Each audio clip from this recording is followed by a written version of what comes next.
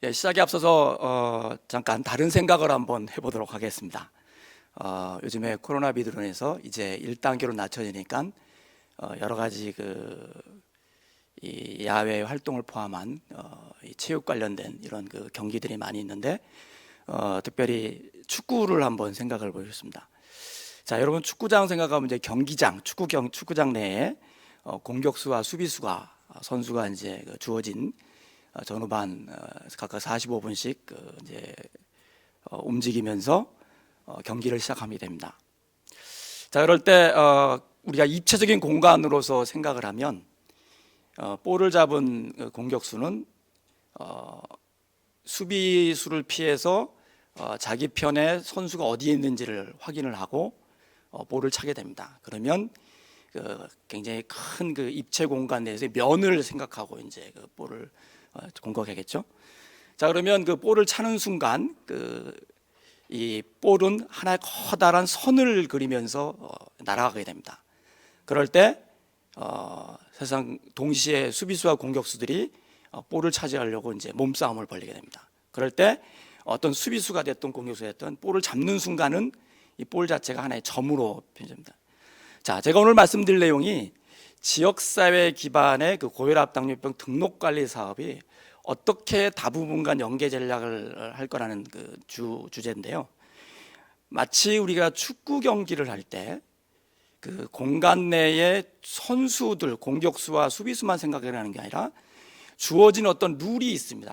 그 룰에 의해서 감독진들은 어떻게 상대방의 전략들을 우리가 우선 앞서서 승리할 수 있을 것인가라는 측면에서 다양한 이제 전략을 구축해 나갈 텐데, 바로 말씀드렸던 입체적인 공간 내에서의 면과 선과 점이라는 걸 끊임없이 이어지면서 이제 경기를 해나가게 됩니다. 이제 지역사회 내 고혈압 당뇨병 사람도 그런 맥락에서 한번 우리가 생각을 해보도록 하겠습니다. 제가 말씀드릴 내용은 크게 5가지의 세부 주제로 나눠지게 되는데, 우리가 흔히 말하는 이제 육가 원칙의 그런 맥락에서 시작을 하도록 하겠습니다. 첫 번째, 왜 이 고당 관리 사업을 이제 다부분간 연계 전략을 해야 되는가라는 맥락을 한번 얘기를 해보도록 하겠습니다. 잘 아시다시피 이번 2020년 이제 가을 학회를 어제부터 시작하면서 저희 예방의학계에서는 굉장히 중요한 심포지엄을 이미 진행을 했습니다.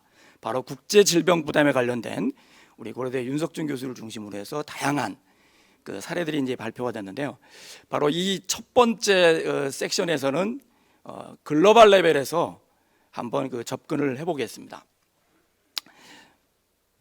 잘 아시다시피 오늘날 2020년 지난 5월 기준으로 봤을 때 전 세계에는 77억 8,600만여 명의 인류가 함께 살아가고 있습니다.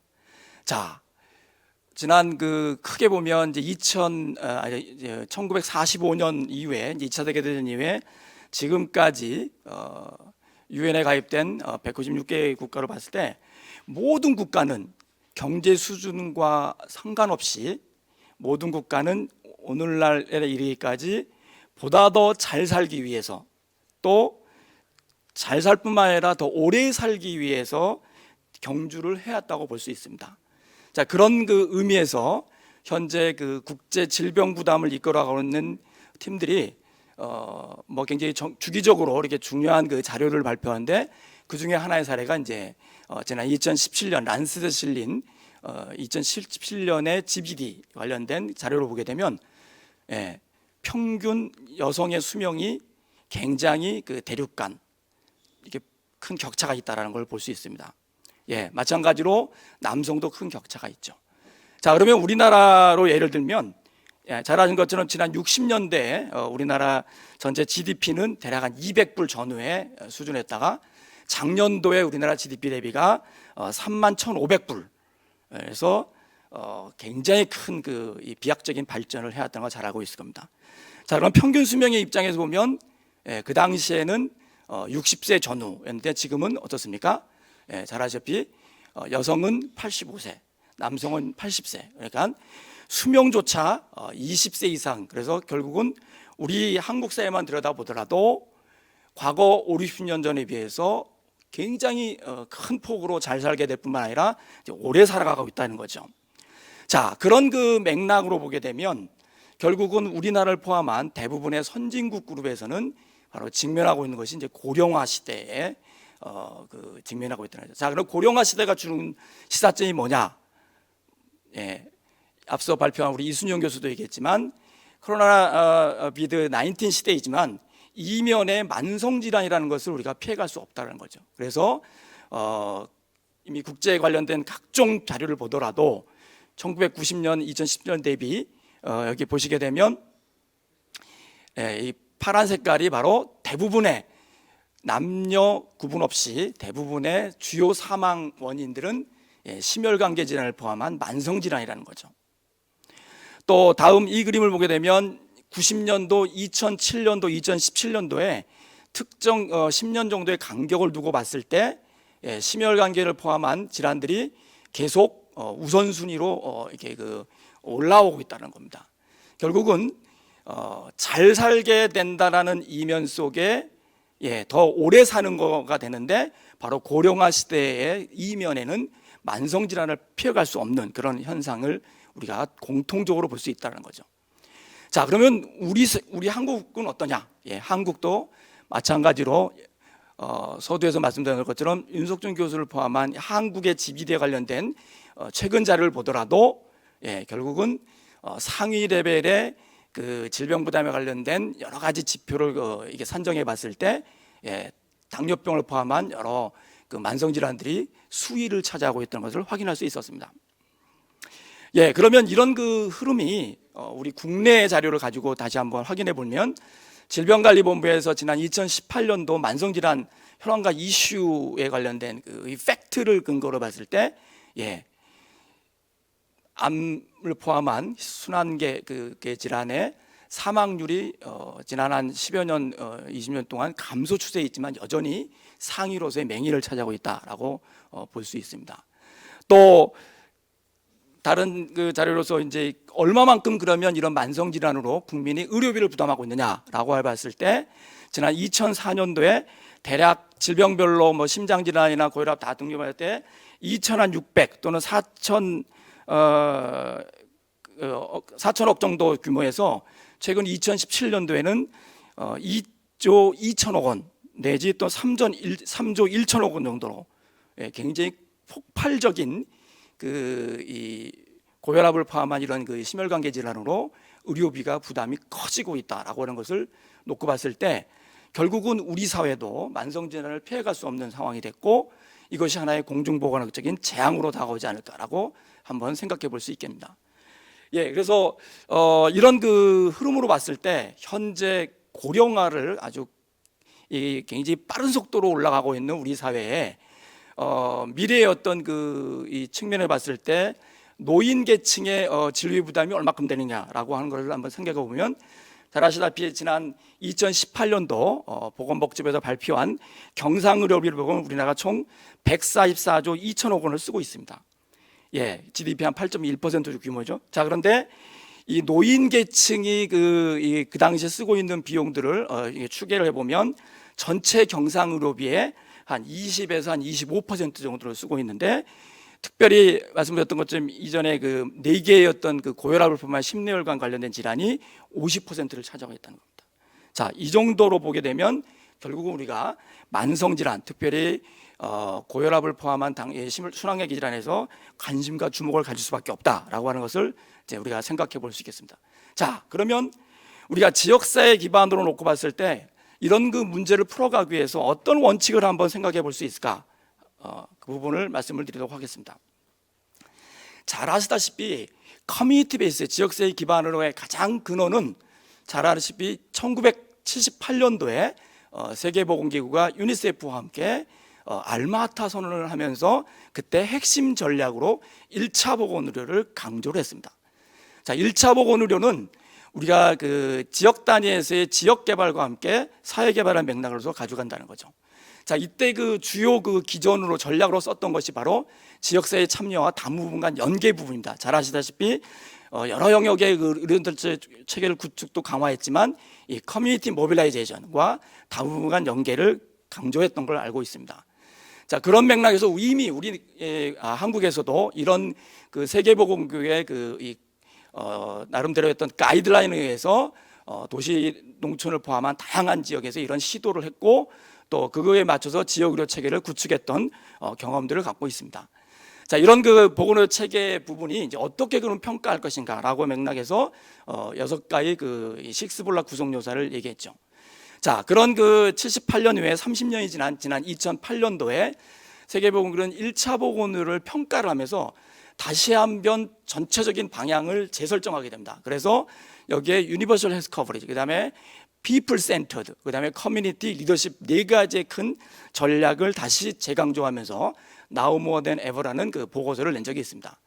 자, 그러면서 그 유니버설 헬스 커버리지의 중요한 그 접근 전략으로 물론 우리가 보험을 근거로 한 접근 전략도 있지만 사업 단위로 보게 된다면 이 입체 공간 내에서의 대상자를 얼마만큼 확대할 것인지, 그리고 질병을 얼마만큼 확대할 건지, 그리고 비용 절감을 얼마만큼 보장할 것인지에 대한 논의들을 이어 나가게 됩니다. 자, 그래서 이런 그 2008년도에 이런 대안을 제시하고 새로운 방향을 설정하지만 다시 한 10여 년이 지나온 지난 2018년도에 1차 보건의료를 전 그 제도국을 포함해서 평가를 해보니 여전히 1차 보건의료는 위기에 있다라는 거죠. 자, 그래서 유엔에서는 2015년도에 그 MDGs, SDG를 하면서 1차 보건의료를 강화를 통해 가지고 보편적 의료 보장을 하기 위한 새로운 어떤 그 대안으로 제안을 제시하게 됩니다. 자, 그래서 이 부분을 받아들이는 것이 잘 아시다시피 카자흐스탄의 아스타나에서 다시 세계보건교회에 모여가지고 아스타나 선언을 하면서 보편적 1차 보건의료를 더욱더 강조하게 되는 거죠. 자, 그래서 우리가 전략을 측면에서의 어떤 그 1차 보건의료를 우리가 기억할 수 있게 됩니다. 네, 관련된 예. 자, 그러면 이제 이런 그 맥락에 있어서 우리가 심혈관계 질환의 이 고혈압 당뇨병이라는 부분을 공중보건학적인 어떤 예방 개입에 기록이 되면 결국은 생활행태 부분이 연계되어 있기 때문에 우리가 사전적으로 합병증에 해당되는 뇌졸중 심근경색증 이전 단계의 고혈압 당뇨병에 주목을 할 수밖에 없겠죠. 그래서 이런 부분은 이미 선행적으로 여러 연구를 통해서 예방 가능한 질환이라고 설정이 되어 있기 때문에 그러면 그런 그 부분에서 실질적으로 영국의 그 NHS를 구가하고 있는 그런 그 체계 내에서 비버스라는 연구진들이 굉장히 재미있는 이 원칙을 발견하게 됩니다. 바로 어떤 원칙이냐면 일종의 haves of rule이라고 하는 것에서 실제 지역사회 단위 내 고혈압 환자의 진단되는 퍼센트가 50%, 그리고 진단된 자 중에서 치료를 받고 있는 사람이 50%, 그리고 그 치료받는 사람 중에서 실제로 잘 컨트롤되는 것이 50%, 결국은 전체 100이라고 놓고 봤을 때 고혈압이 잘 관리되는 일은 12.5%, 그럼 나머지는 방치가 됐다는 거죠. 자, 이런 부분을 가지고 실제로 여러 그 국가들의 이런 이 인식과 그다음에 그 등록, 그다음에 치료 제대로 관리가 되는 일을 찾아보니까 실질적으로 이 50 룰 오브 헬프가 적용된다는 거죠. 우리 국내에서도 지난 2000년도에 김창엽 연구진에 의하면 동일하게 적용되고 있는 것을 확인할 수 있었습니다. 자, 그러면 이거는 뭘 얘기하느냐? 바로 고혈압, 당뇨병을 포함한 이런 질환들은 건강 관련 행태가 보다 더 중요하기 때문에 이 부분에 대한 관심과 우리가 그 등록 관리를 필요로 한다라고 하는 것을 이미 우리 한국에서는 2000년도에 이제 보건복지주관으로 심혈관계 질환 그 종합 대책을 수립하면서 중점적으로 관리할 필요가 있다라고 얘기하게 됩니다.